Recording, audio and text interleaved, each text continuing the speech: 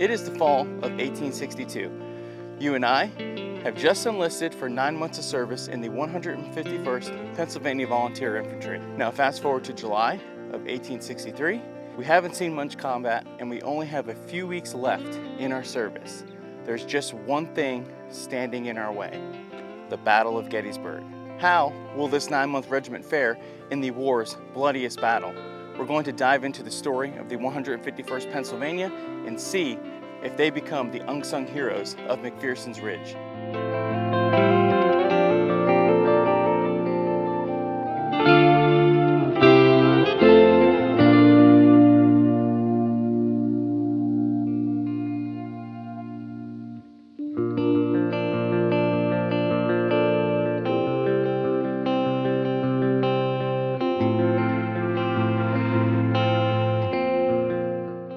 So what we're looking at here is McPherson's Ridge.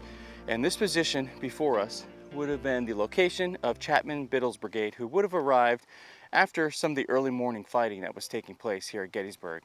Now I'm going to pan to my right, and in these woods here, these are the Herbst Woods. Now the Iron Brigade was already in position fighting in this location. Now they would have been positioned farther in that direction, and Chapman Biddle's brigade was positioned on this subtle ridge here, and making up the right flank of Chapman Biddle's brigade was the 151st Pennsylvania. So they would have been somewhere in this general location.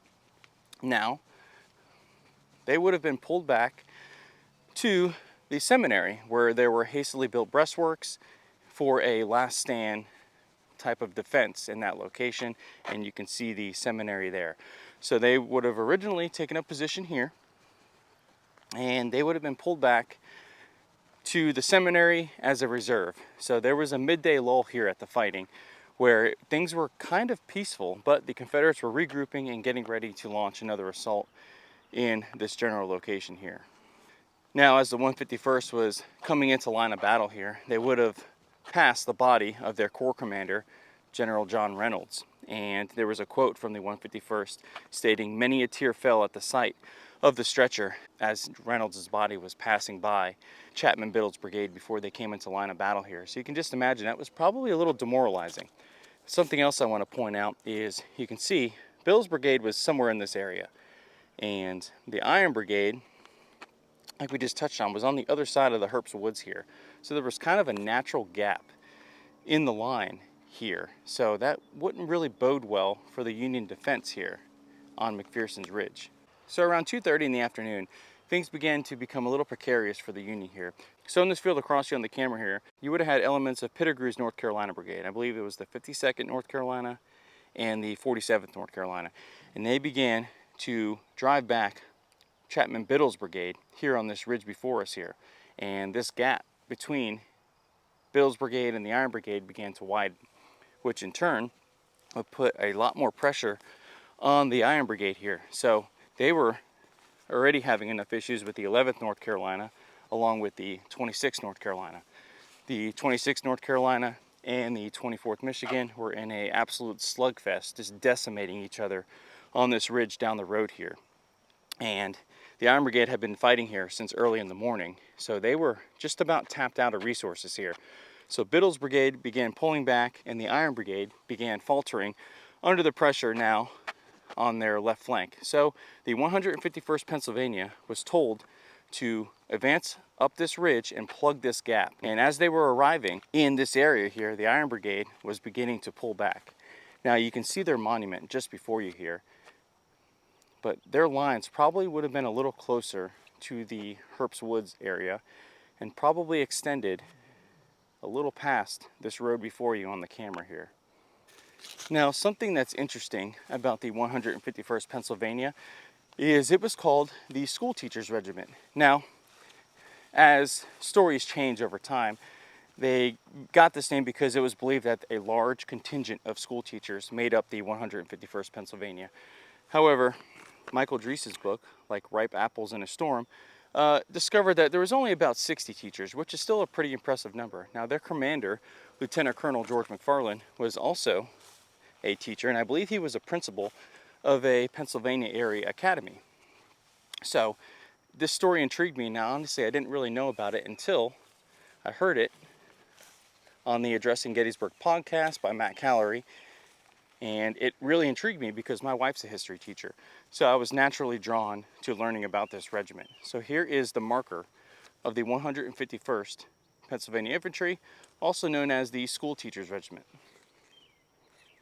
So the 151st Pennsylvania was beginning to take up their new position here at McPherson's Ridge when the 11th North Carolina would let loose a volley, dropping scores of men from the 151st. And now they were thrown into the thick of battle. So there was nothing on their left flank but Confederate forces, and now to their front there was nothing but more Confederate troops. So they were all alone on this ridge, and they were sent here to sacrifice themselves for the sake of time that allowed the remnants of the 1st Corps to retreat back to the Seminary building here in the distance. Now, to give you an example just how close the fighting is, at one point the Union troops here and the Confederate troops were about 20 yards apart, just exchanging volleys. Now, if you know anything about Civil War arms, you can probably hit your target effectively from about 300 to 400 yards. So imagine 20 yards apart, and these two sides are just trading lead, dropping scores of men on each side. Remember, this area was probably already littered with bodies from the earlier fighting, and now it's thick with fresh bodies. There's smoke, there's artillery. I couldn't begin to imagine the chaos in this area, especially for a unit like the 151st, who this is their first real combat. And they performed quite well under the circumstances that they were given. I just wanted to give you a closer look at the monument here. And you can just see the horrific numbers here. 446 men took the field and 322 casualties. Remember, that includes killed, wounded, and missing. And they were just here for 10 minutes alone.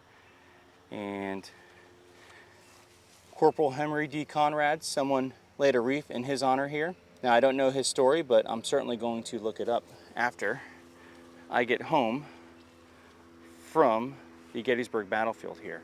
But here is the monument of the 151st Pennsylvania and the seminary here. Now, the 151st Pennsylvania held this position for roughly 10 minutes. And in that 10 minutes, Lieutenant Colonel McFarland would note that half of his regiment would fall. They took the field with 467 men. So imagine half that number just in this small section of the battlefield. Remember, we have Confederates all along our position here. And the men of the 151st did not falter. They did not retreat. It was only when Lieutenant Colonel George McFarland gave the order to pull back to the seminary is when the 151st would vacate this position. But they had done their job. They bought time to organize a defense about a couple hundred yards behind me here, which is where we're going to be headed now.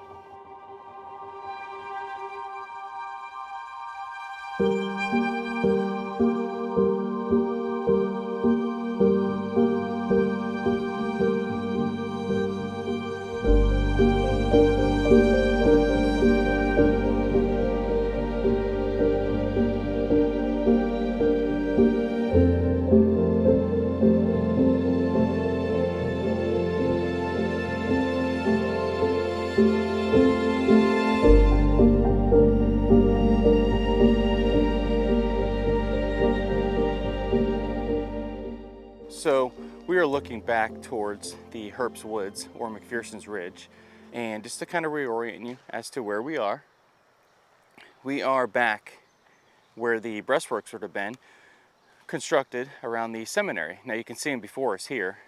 They're probably maybe 1 to 2 feet high in some spots here. Now during the time of the battle, they probably would have been closer to 3 to 4 feet high. That would have offered some ample protection here.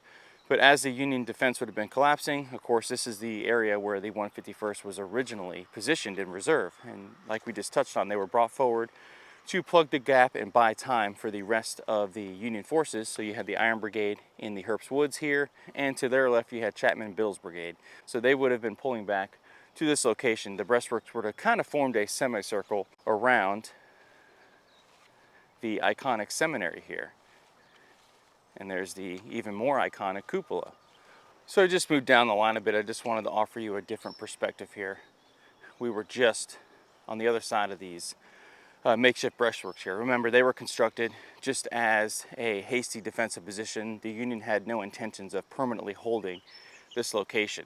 So again, you can kind of see the 151st Pennsylvania Monument is right there.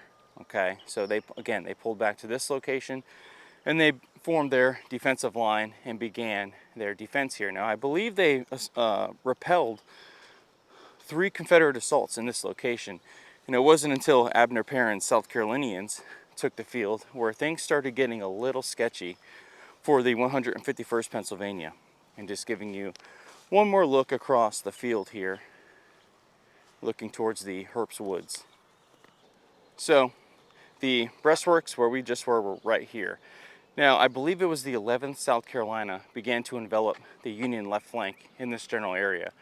So units began falling back, and the 151st would take this route here, and they would begin pulling back, conducting a fighting retreat, buying time to get through the town here. And in this general area, Lieutenant Colonel George McFarland would try to kneel below the smoke to see where the Confederates were. Remember, they were firing black powder rifles that caused a lot of smoke here. And at that time, the 11th South Carolina let loose a volley, and a bullet would tear through McFarland's legs, both of them.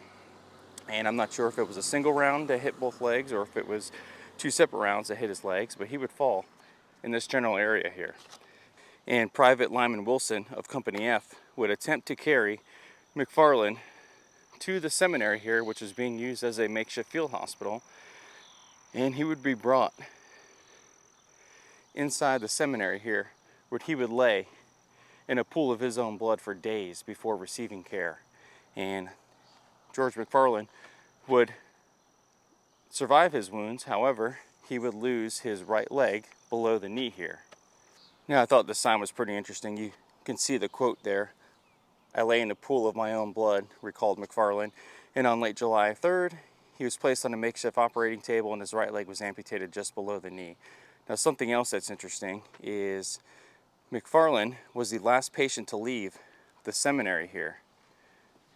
So he was here for months following the Battle of Gettysburg here. I can't begin to imagine what was going through the minds of the men of the 151st Pennsylvania. Like we touched on, they were a 9-month regiment. Their enlistments were up in a few weeks, and the Battle of Gettysburg was standing in their way.